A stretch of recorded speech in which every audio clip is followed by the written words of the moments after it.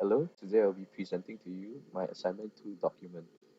So firstly, I'll begin with the world overview of my game's level, sorry. So this is basically how the first level will look like. It will consist of two towns, basically the starting town where the player will begin as the name implies, and Tobana town, which is where the player will progress eventually. Every le- every level will have a dungeon as well as a prime hunting ground. So to begin with, I will talk about the main town, also known as the starting town. Players begin here. Players will begin in the starting town when they first play the game.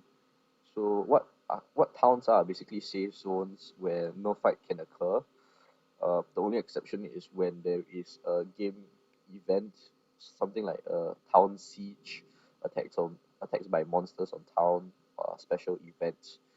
Uh, else they are just places where the player can take quests from NPCs or buy and sell items, equipment from shops, or rest and recover at some form of something at a place like the inn or maybe their own homes.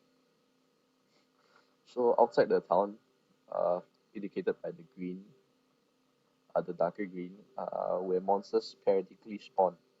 So players can just basically kill these monsters to level up, hunt for equipment, and earn money. And as they travel further away from the starting town, the monsters get stronger and stronger. So on every level, as mentioned before, there will always be at least one dungeon and one prime hunting ground.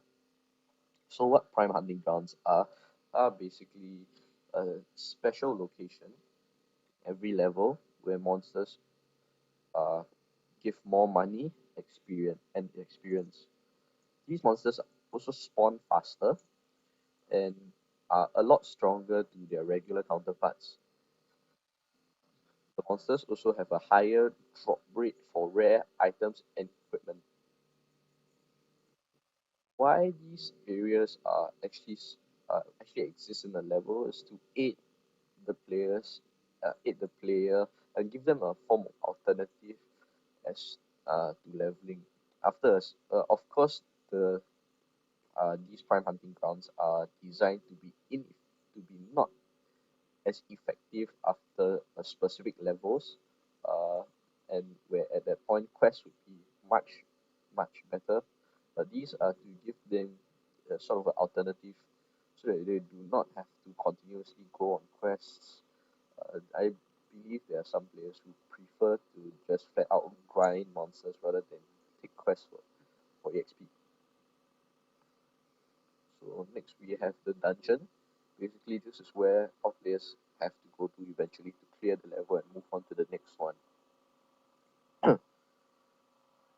uh, I forgot to mention that the dungeon and the prime hunting grounds are unmapped on player's map. They will have to search for it themselves, but when they find it, it will be very obvious. It will be very indicative. For example, the prime hunting grounds, you will see stronger monsters, and there will be more monsters around, more concentrated in that particular area. Monsters will also take notice of you and maybe aggro to you by themselves, and they occasionally the player may find mini bosses around the area, which give a lot more EXP gold as well as better items as compared to your normal monsters. So next I'll be talking about the starting town. Uh, so I'll begin with the three types of NPC shops in town. Basically, they are the specialty shops, Merchant Street, which is right here, and Peddler's Path. So, first off, not every town in the game will have these three types of NPC shops in their area. Sometimes, all will definitely have Merchant Street, as the bare minimum, being the lowest uh, so-called uh, lowest grade of NPC shop. They sell normal items, normal weapons and equipments and such. Then there is the next would be Peddler's Path. Peddler's Path deal with uncommon items and equipment, something stronger than your average sword, but not so strong that you'll be able to take down the entire level with it. You may find items that are not found on this level for purchase. For example, you may find a potion that boosts your attack damage by a percentage. You cannot find in the game anywhere by hunting, only through purchase. Sometimes you can also get hints and advice from the NPCs on where mini bosses are sighted uh, or dungeons where the dungeon is sighted at because these places are mapped, so it's easier for you to find. Or you can also take on special quests by the NPCs of Peddler's Path, usually resulting in a lot of money or very rare items as rewards. So the last of the NPC shop types would be specialty shops, where they dabble in very high rarity items, which are more towards mid mid end game to end game content. Of course, if you have the money, you can get these relatively early. They are levels. The shops do sell items that are level specific to your character, but they are more aimed towards reaching the end game content to help the player themselves up better in the event that they are unable to get very powerful items through hunting or moving. The items found in these specialty shops would be weaker than your standard uh, high rarity gear. The ones that found via bossing and hunting would always be better than these, but you're still able to make do with this. So it's basically solution, sort of a solution for players who have very bad luck, and but also not to be unfair to the players who actually manage to get their own gear. So sort of a balance. Next, I'll talk about the NBC Business District as well as the GM, the gathering point of this town. Uh, NPC Business District will exist in every town. This place is basically where you do all your NPC related services like storage, managing your item storage, your storage management, your inventory management, as well as quests where you take on so-called official quests in the game, uh, as well as quest progression. So this place will be mostly one of your most commonly visited place, uh, the game. So next up we have the gathering point. This is specific only to the beginning town. It's used purely for a cutscene and some events that will happen later in the game. So there's nothing much to be said about it. So going back to Merchant Street, what is in Merchant Street is actually blacksmithery, where you can create your own items or purchase the standard items available. The inn is where you can rest up or and purchase potions actually, and the tavern is basically where you can take some side quests, but it's more of a gossiping corner to help you locate and find the dungeon as well as the prime hunting spots. So NPCs might mention like somewhere along the lines, oh, I saw a very strong monster somewhere northwest of the town. So you can go around gathering these kind of rumors in the tavern or along Peddler's Path, and which will help you locate maybe a dungeon or a prime hunting ground. Tavern, you can also buy some other potions here, uh, mostly for stat boosting purposes. temporary, of course. But yeah, that's the whole idea of having the tavern. Lastly, in the central area, we have the teleporter. What this will do is basically allow you to travel very quickly between towns or levels. And if you have found the levels dungeon, you can also teleport back to the entrance very quickly. Because the the levels, I mean the towns, sorry, are quite spaced out from each other and take some time to travel just by walking from town to town. So teleporters are there to make it easier. So you don't have to waste majority of time just traveling. And of course, you have to actually go to the place, and activate that place's teleporter before you can use it. So it's convenient after you've reached the place and you go back again.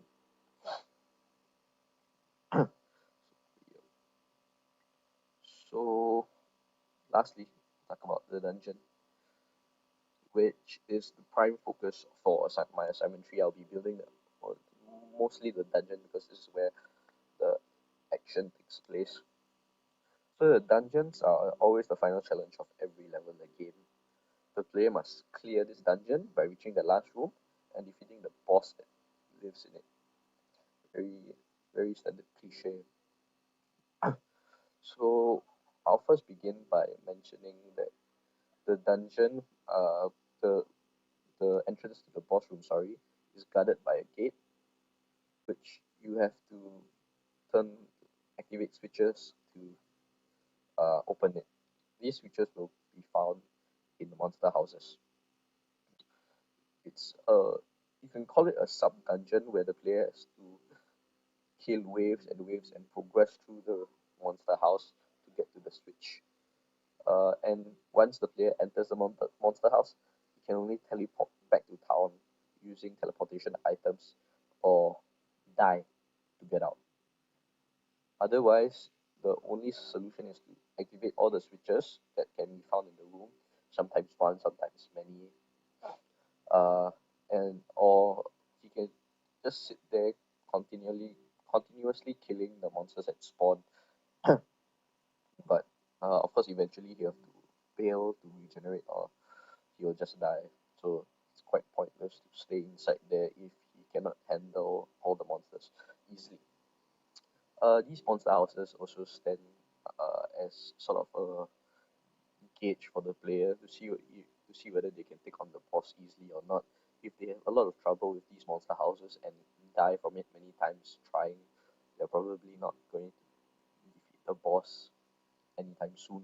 But if the monster houses are cleared very easily, it would show that the boss of that level will be relatively simple. If the player figures out the attack strategy of the boss or something like that. Next, I'll go on to talk about the placement of the treasure chests. So they're straightforward. They contain money, items, rare equipment, or the occasional monsters inside these boxes. So what happens then is the placement of these very specific. They are placed out of the common walking path, away from the boss, the direction of the boss rooms, and the monster houses. One is placed in the monster house to reward the player for clearing it. Basically, you cannot open that specific chest until the monster house is cleared. So you have to turn on all the switches to open it. Uh, and that's basically a small reward for the player. The other treasure chests are placed to uh, encourage exploration of the level. So uh, there are multiple paths that you can take to the monster house. One would be something like walk, walk, and go through. I mean, you can completely ignore all the other rooms uh, and just go through to the end if you're lucky. I mean, and you guess where it is. So you can avoid all the rooms and go to one random room and luck it out, get the monster house, and avoid all the other rooms. Or you can just search for the boss room and then happily try and find the monster house. So the treasure chests are placed so that you will actually bother to go, so you are rewarded for the exploration because the entire dungeon is unmapped. So and you only map it as you go through. So on your first visit to the dungeon, you have no idea how the place looks like. Uh, the treasure chest will also be placed to encourage exploration because it will be a common trend for the next few dungeons to have treasure chests at specific out of rooms that you would in many rooms that have dead ends or you can't progress further. So it acts as a sort of a reward for exploration to to encourage the players to explore more, not only just to find the monster house, but to get a feel of the area. So lastly, I'll be moving on to talk about the spawn effectors, which is one of the core mechanics of the game because they control the random encounters for monster fighting in the dungeon and in every basically wherever random encounters take place. So these are spawn effectors. They are not visible to the player. They are invisible to the player. They are there. They are marked out solely for uh, design purposes to show where each effector is and where they control. The blue boxes are also invisible to the player. They are to mark out the where the each effector controls. Sorry. So each effector each area has its own effector, and they control the spawn frequency of the area. There are three levels of the unique thing to this mechanic is that the players can adjust the level of frequency of their random encounters through settings in the game. There are three levels of frequency: low, medium, and high. And the number of encounters as well as the intervals between each encounter are dictated as so. So 2 to 6 encounters on high, 5 to 10 seconds interval. On medium, 1 to 4, 10 to 25 seconds interval. On low, you have 0, maybe up to 2 encounters with 25 to 50 seconds interval. So this dictates how many encounters with how long an interval per effector, meaning to say that each effector is independent of each other. They are not the number of encounters in the next effector is influenced by the previous effector as well, but the counters will always reset when you step into the next effector. So how are effectors influenced by the effector of the previous rooms? I will explain this now. So the information of I will use the example of a high encounter setting, high frequency setting. So when the player steps into the first room, his his encounters will basically be random. So example, he has 4 encounters, and he four. So basically, this first room, will always be random, regardless, because there is uh, no previous effector within this dungeon to influence it. So this will basically decide the next room and so on. So he has high frequency, and he has 4 encounters in this room. So he moves on this hallway, which will take the information of how many encounters he has had, which is 4, and this 4 will influence the maximum number of encounters he can have in this room, which if it's above half of the maximum encounter settings maximum, will reduce this room's maximum encounter to half. And if this room he has the encounters he has is below half of the maximum of the half the maximum of the encounter settings, the minimum of this room will go up to half. So for example, he is on high. So because he has 4 encounters in this room, so the maximum number of encounters in this area will drop to 3. Conversely, if he had 2 encounters in this room and he moves on to this room, the minimum number of encounters he would have in this room would be bumped up to 3. Why is this so? It's to keep the pace, the battles of the random encounters somewhat constant and balanced. This is so that the player does not have to face with extremely high numbers of random encounters uh, per area, or extremely low. Having that system in place would allow allow the player's encounter rate to be somewhat controlled, uh, and making it into somewhat of a high-low curve, so that he does not constantly experience battle or is constantly out of battle. However, the intervals of the system is always randomly selected within the range 5 to 10, 10 to 25, 25 to 50 seconds. So this is the how the spawn effectors will work. Uh, to mention also, sorry, uh, to mention also, monster houses have their own individual spawn timing, so they are not affected. So the effectors will not be affected by the monster houses. Instead, when they step out, they'll restart from fresh. So everything will be as though he stepped into the dungeon the first time, the moment he exits the monster house. Lastly, to talk about is the boss room, as mentioned before. It was always locked by a gate, which needs to be opened by the switch found in monster houses. And a dungeon can have multiple monster houses, as well as only one monster houses with multiple switches. Depends on the level. And to mention, the boss is significantly stronger uh, than, sorry, not significantly, it's a lot stronger than your boss or a regular monster or mini boss.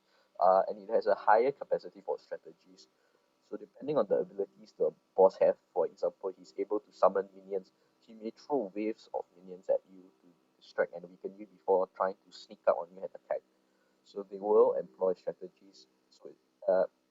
And thus it is up to the player to figure out the patterns of attack by the boss and come up with a counter strategy.